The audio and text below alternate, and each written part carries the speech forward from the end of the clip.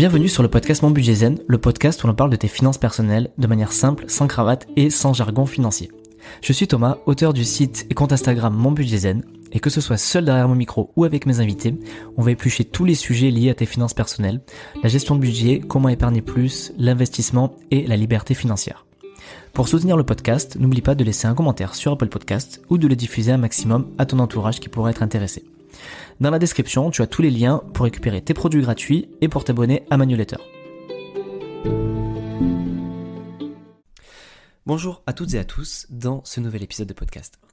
Pour ce début d'année, je vais commencer par un épisode qui était, je sais, très attendu par certains de la communauté pour répondre enfin à la grande question qui est de savoir est-ce que c'est mieux d'acheter sa résidence principale en début ou de commencer par un investissement locatif. Je sais que c'est un sujet qui fait énormément débat, que ce soit sur les réseaux sociaux, sur YouTube, il y a beaucoup d'avis tranchés sur le sujet. La plupart des investisseurs immobiliers, vraiment purs et durs, ou ceux qui font de la formation ou tout simplement de la création de contenu sur l'immobilier, vont toujours vous dire n'achetez jamais votre résidence principale. Et je sais que c'est quelque chose qui est très difficile à entendre pour beaucoup d'entre vous parce que, on le sait, il y a 90% des gens qui commencent par acheter sa résidence principale.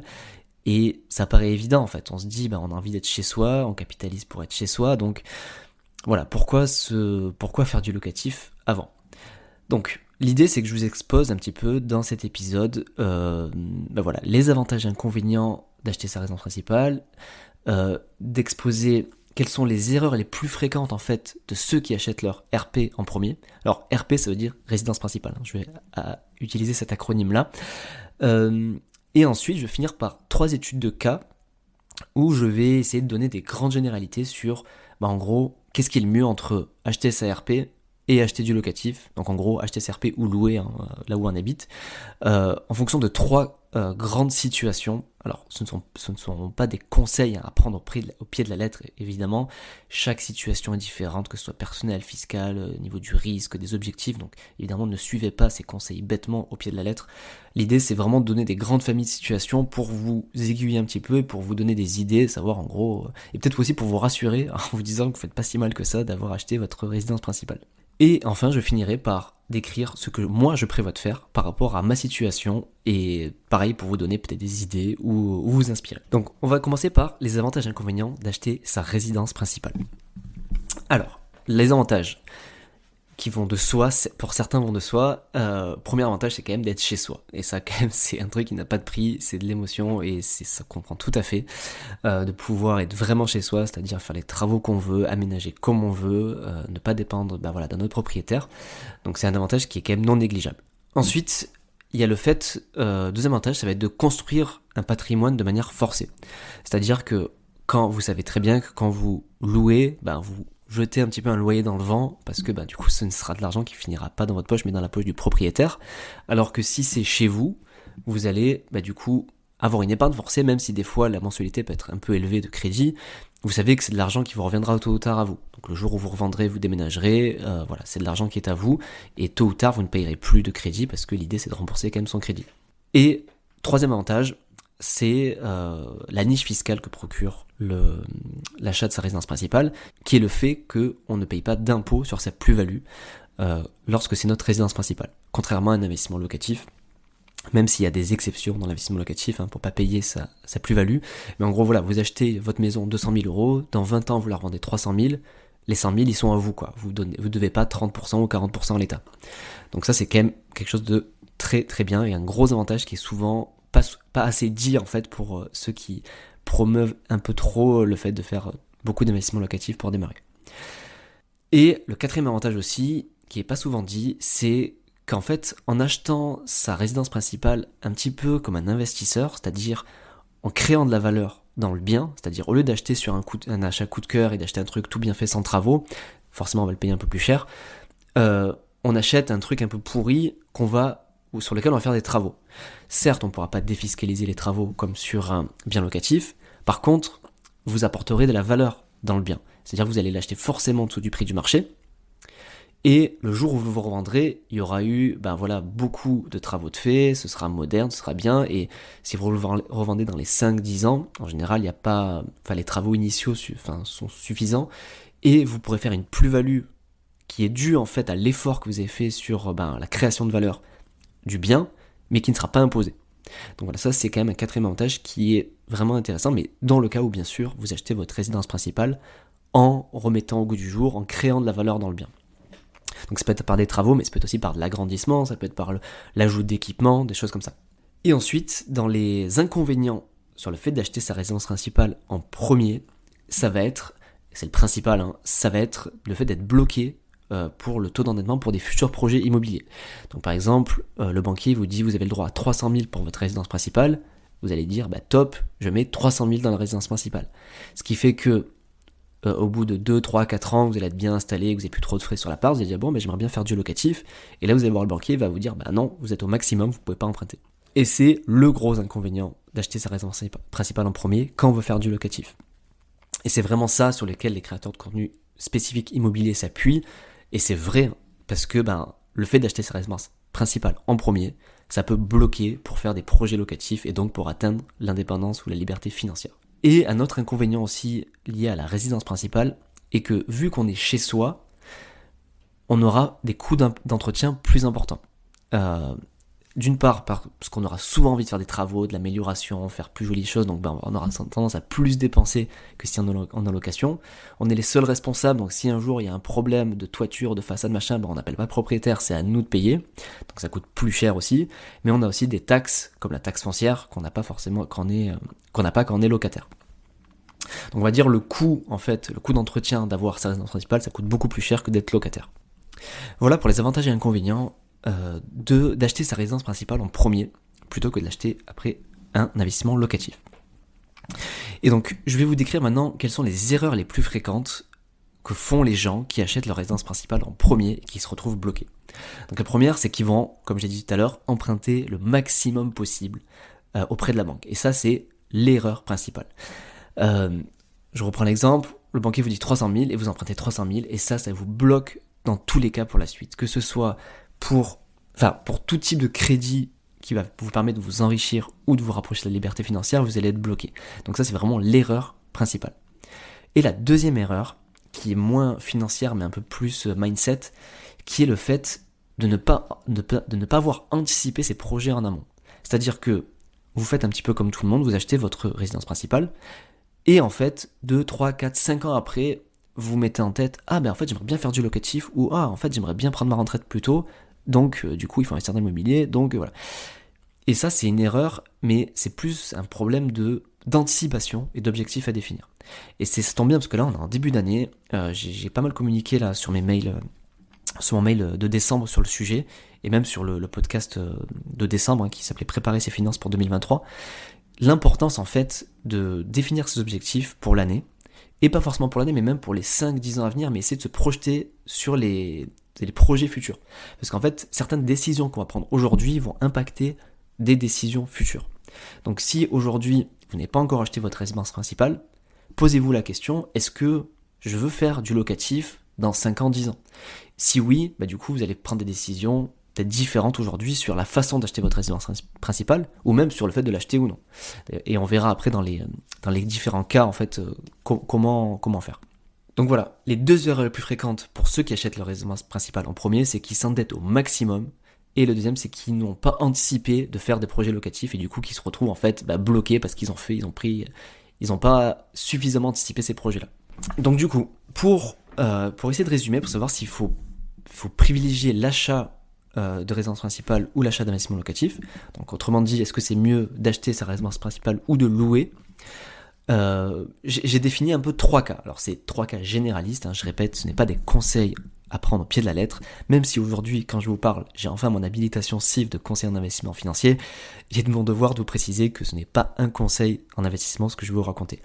Je vais juste essayer de vous décrire 3 grandes familles de situations qui peuvent vous permettre de mûrir votre réflexion. Donc le premier cas, ça va être si aujourd'hui tu n'as aucune envie de faire de projet locatif. Soit parce que tu as déjà fait ça par le passé et que ça ne te plaît pas, ou soit parce que tu n'as tout simplement pas envie de faire d'investissement locatif, parce que ça ne t'intéresse pas et que toi par exemple tu préfères, avec ton argent peut-être partir en vacances ou faire des projets autres, ou même si c'est de l'investissement tu préfères faire de la SCPI, faire de la bourse, faire des trucs un peu plus passifs. il n'y a pas de souci avec ça, mais voilà, c'est dans le cas où tu ne prévois pas de faire de projet locatif dans les années qui arrivent. Donc dans ces cas-là, pour moi, il n'y a pas de question à se poser, privilégier l'achat de résidence principale. Bien sûr, si vous pouvez, parce que j'imagine que, surtout en ce moment, avec les taux qui remontent, le taux d'usure et compagnie, on ne peut pas emprunter toujours facilement, mais si vous êtes en capacité d'acheter votre résidence principale et que vous ne souhaitez pas de faire de projet locatif, pour moi, il n'y a pas de sujet. L'achat de la résidence principale, ça doit être un impératif parce que ça reste du patrimoine qu'on se constitue, une épargne forcée, et vous allez pouvoir être chez vous. Alors évidemment, si vous êtes quand même assez stable, si vous prévoyez de rester 1 an ou 2 à un endroit, il faut quand même réfléchir à savoir si ça vaut vraiment le coup d'acheter sa RP parce que ça demande quand même beaucoup de frais et de démarches. Mais si même vous faites ça, que vous ne prévoyez pas de projet locatif, je recommanderais quand même de jamais aller jusqu'au maximum de son taux d'endettement possible, tout simplement sans forcément parler de projet locatif futur, mais même pour vous garder de la marge aussi, pour vivre aussi, profiter du moment présent, vous payer des vacances, pas vous mettre à la gorge pour acheter votre maison ou votre appart et ne pas profiter de la vie. Il faut quand même penser que, certes c'est bien d'être chez soi, mais il faut aussi pouvoir garder une marge pour se faire plaisir, et aussi même pour investir et diversifier son patrimoine. Le cas numéro 2, ça va être si tu prévois donc de faire des projets locatifs, donc dans le court, le moyen terme, ou si tu veux même devenir libre financièrement, que c'est dans tes projets. Et dans ce cas-là, il y a 2 sous-cas en fait. Donc tu prévois de faire du projet locatif, et le deuxième sous-cas, donc ça va dire que c'est le cas numéro 2, tu veux faire des projets locatifs, et que tu es jeune, pas trop stable, t'as pas de famille, et que tu as quand même de l'énergie. Dans ces cas-là, je pense que commencer par du locatif peut être une bonne idée, parce que si t'as pas encore de famille et que t'es jeune et voilà, qu'il n'y a pas forcément une grande stabilité dans ta vie, commencer par du locatif, ça te permettra toi de rester mobile, de pouvoir bouger si tu rencontres quelqu'un ou si t'as d'autres projets par la suite, et de pas être attaché à une résidence principale. Et surtout, si t'as l'énergie pour faire du locatif, tu vas pouvoir enchaîner les projets vraiment rapidement parce que t'auras pas cette charge en plus qui est la résidence principale. Et ensuite, il y aura le cas numéro 3, ou le 2 bis, qui est toujours pareil, tu veux faire du locatif ou atteindre la liberté financière, mais tu es plus dans une phase, tu as la trentaine, la quarantaine, tu as une vie de famille et tu es quand même stable géographiquement, et donc tu as quand même envie d'avoir ce fameux toit sur la tête, qui est moins le cas dans le cas numéro 2, où tu es jeune et que t'as un peu la niaque et tu t'en fous un petit peu de bouger d'appart en appart. Donc dans ce cas-là, ce que j'appelle le cas numéro 3, donc tu veux devenir FIRE, tu veux devenir libre financièrement ou tout simplement investir dans le locatif pour avoir un complément de revenu et que tu as ta petite vie de famille et que tu es stable, dans ces cas-là, l'achat de la RP peut être vraiment pertinent, mais toujours pareil, sans aller jusqu'au maximum de ton taux d'endettement. Donc d'une part ça, pour moi, ce seraient les 2 stratégies que j'emploierais, c'est acheter sa résidence principale, mais de manière intelligente en fait.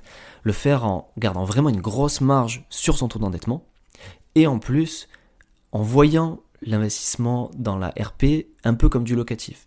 C'est-à-dire, d'une part, faire des travaux pour créer de la valeur, ou aussi trouver un bien qui permettrait de louer ou sous-louer une partie de sa résidence principale.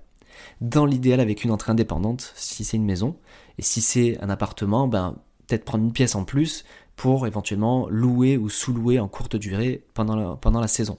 Ça vous permettrait quoi ? Ça vous permettrait de diminuer votre mensualité, ou d'avoir une sorte de complément de revenu qui amortirait cette mensualité, et donc d'avoir quand même une mensualité moins lourde à assumer que si c'était que pour vous. Donc voilà, je récapitule les 3 grandes familles de cas. Cas numéro 1, tu ne prévois pas de faire de projet locatif. Dans ce cas-là, acheter sa résidence principale peut vraiment être pertinent. Cas numéro 2, tu prévois des projets locatifs, mais tu es jeune, pas forcément stable. Dans ces cas-là, moi si j'étais dans cette situation, en tout cas, je favoriserais l'investissement locatif. Cas numéro 3, tu veux faire des projets locatifs par la suite, mais tu es un peu plus stable, tu es peut-être un peu plus âgé, la trentaine, quarantaine, tu as une vie de famille, tu es plutôt stable. Dans ce cas-là, acheter sa RP, mais le faire intelligemment en gardant une marge sur ton taux d'endettement, et aussi en essayant de penser cet achat comme un investisseur et en essayant d'acheter, en faisant en sorte d'avoir soit une dépendance, soit une entrée séparée, soit un petit studio à côté, soit une chambre en plus pour louer, et tout ça pour diminuer ta mensualité de crédit. Parce que ça te permettra aussi par la suite de montrer au banquier que tu sous-loues une partie, ou que tu loues une partie, une dépendance, et de dire ok, en fait moi ma charge en fait c'est pas de 1000 € par mois, mais ce sera de 600 ou 700 € par mois parce que je reçois quand même un loyer. Et donc du coup de diminuer ton endettement et donc de faire un projet locatif. Donc voilà pour ce fameux grand débat entre acheter ou louer, ou du moins acheter sa résidence principale ou faire du locatif en premier. C'est mon avis sur ces trois cas-là. Encore une fois, ce n'est pas un conseil en investissement, c'est juste des grandes idées que je donne pour que vous fassiez vos propres recherches et que vous mûrissiez cette réflexion. Sachez que si vous voulez que j'étudie votre situation, aujourd'hui je suis enfin conseiller en investissement financier, donc vous pouvez me solliciter. Alors, à l'heure où je sortirai cet épisode, je ne sais pas si les portes seront encore ouvertes parce que je suis encore en pleine restructuration, changement de nom, je crée une nouvelle structure et même j'ai pas mal de procédures à rédiger pour respecter bien la réglementation pour le conseil. Mais il y a une liste d'attente qui est prévue, vous pouvez aller sur mon site où je le mettrai du coup en lien dans la description si vous voulez vous inscrire sur la liste d'attente. Il y aura des rendez-vous gratuits dans tous les cas avant de lancer des consultations patrimoniales ou des accompagnements sur l'investissement, que ce soit à bourse, immobilier ou autre sur le long terme. Je vais juste terminer cet épisode en vous expliquant ce que moi je prévois de faire en tant que Thomas Creton. Qu'est-ce que je prévois de faire aujourd'hui dans ma situation? Parce que je me dis, il y en a peut-être qui sont dans ma situation et que ça pourrait intéresser. Pour vous récapituler, j'ai 35 ans, une femme, un enfant en bas âge et j'ai 3 appartements en investissement locatif aujourd'hui. Mais je n'ai jamais eu de résidence principale. Et là aujourd'hui, l'envie s'en fait sentir, le fait d'avoir une famille, d'être un peu stable. On est installé dans une ville moyenne et clairement aujourd'hui j'ai envie d'avoir ma maison, notre petit cocon et faire ce qu'on veut dans notre maison et être chez nous tout simplement. Et en plus du fait que avec tous les avantages dont on discutait, on n'a quand même pas d'impôt sur la plus-value et j'aimerais bien justement aujourd'hui dans ma situation, j'ai envie d'acheter ma résidence principale, c'est prévu avec ma femme, c'est dans nos projets et justement l'idée c'est de le faire comme je vous l'ai décrit, mais de le faire intelligemment. Et je le prévois de le faire de 2 façons différentes, enfin, sur 2 solutions différentes. Soit c'est de l'achat de l'ancien avec travaux, et l'idée c'est, dans cet achat-là, arriver à trouver une maison, on cherche une maison, donc ce sera plutôt une maison, arriver à trouver une maison où on va créer de la valeur dedans, donc on va faire des travaux, et dans l'idéal, avoir une dépendance ou créer vraiment quelque chose à côté qui nous permettra de louer soit pendant la saison d'été estivale, ou alors même de louer un étudiant pendant l'année. Et l'idée c'est d'avoir 25-30 mètres carrés qui soit collé à la maison, soit une dépendance, ou soit qui appartiennent à la maison mais qu'on sépare. Et c'est pour ça que l'idée d'arriver avec un truc un peu pourri, c'est qu'on partira vraiment sur un truc... on partira à zéro, on pourra tout casser et tout remoduler les cloisons si besoin pour créer une entrée séparée et vraiment voir l'achat de la résidence principale comme un investissement à la fois pour nous, pour notre patrimoine personnel, mais aussi pour le voir comme un investissement locatif et à avoir toujours des rentrées d'argent qui nous permettront de diminuer notre mensualité de crédit. Ça, c'est la première option. La deuxième option qui est à l'étude, mais sur lequel je ne suis pas sûr du tout, et c'est parce que c'est un concept qui est peu connu et sur lequel je suis encore assez vigilant, c'est ce qu'on appelle la stratégie de la doublette. Et en fait, le concept, c'est d'acheter un terrain, donc celle-là on partirait sur du neuf, plutôt que d'acheter un terrain et de faire construire une maison neuve, ce que font beaucoup de gens et qui est aussi une possibilité qu'on pourrait faire. Toujours pareil, dans cette idée d'investissement, c'est d'acheter un terrain, mais au lieu de construire une maison, d'en construire 2. 2 maisons mitoyennes, qu'on ferait mitoyennes par le garage, et avec évidemment 2 entrées séparées. Et l'idée c'est de pouvoir mutualiser les coûts de construction, mutualiser du coup le prix du terrain, donc avoir un prix dégressif au mètre carré puisqu'on achèterait plus grand, et donc construire 2 maisons et soit louer la deuxième maison pour diminuer notre mensualité, ou alors tout simplement la vendre tout de suite et du coup d'encaisser une plus-value immédiate et qui nous permettrait après soit de le réinvestir ailleurs ou éventuellement de diminuer, de faire un rachat partiel de crédit pour diminuer le global en fait de ce qu'on a payé. C'est quelque chose qui est à l'étude, c'est quelque chose sur lequel je me renseigne. Je vais essayer d'inviter d'ailleurs un invité sur le sujet prochainement. Si ça vous intéresse d'ailleurs, dites-le moi. Si le sujet vous intéresse en tout cas, je ferai en sorte de vous donner du contenu là-dessus, soit en perso, soit avec un invité. Mais voilà, c'est les 2 stratégies moi aujourd'hui qui sont dans mon viseur pour acheter ma résidence principale. Donc soit de l'ancien avec travaux et créer une dépendance ou quelque chose qui permettra de louer une partie du bien avec une entrée séparée dans l'idéal. Et l'autre solution, c'est acheter un terrain et construire 2 maisons collées pour du coup soit louer la deuxième maison, soit la revendre immédiatement. Voilà pour cet épisode acheté ou loué. J'espère qu'il vous a plu. Et voilà, comme d'habitude, mettez des commentaires sur Spotify, sur Apple Podcasts. Ça aide énormément à la visibilité et surtout à la légitimité du podcast pour que je puisse ramener des invités de plus en plus prestigieux. Je vous fais confiance pour le faire. Et comme d'habitude, si vous avez besoin, si vous avez des idées d'épisodes, vous pouvez m'écrire aussi sur Instagram, vous inscrire à mes mails privés. Et voilà, je vous souhaite une très bonne journée, soirée, et puis je vous dis à la semaine prochaine pour un nouvel épisode. Bye bye.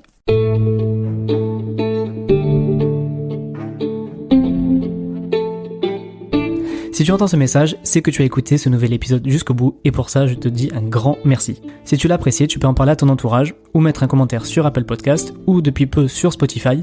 Ça aide énormément pour la visibilité et la diffusion du podcast. N'hésite pas également à me dire quel sujet tu aimerais que j'aborde ou me recommander un invité pour les prochains épisodes. Pour ça, dis-moi-le sur mon compte Instagram monbudgetzen ou alors à mon adresse mail contact@monbudgetzen.com. N'oublie pas que dans la description, tu as tous les liens si tu veux aller plus loin et notamment récupérer tes cadeaux gratuits.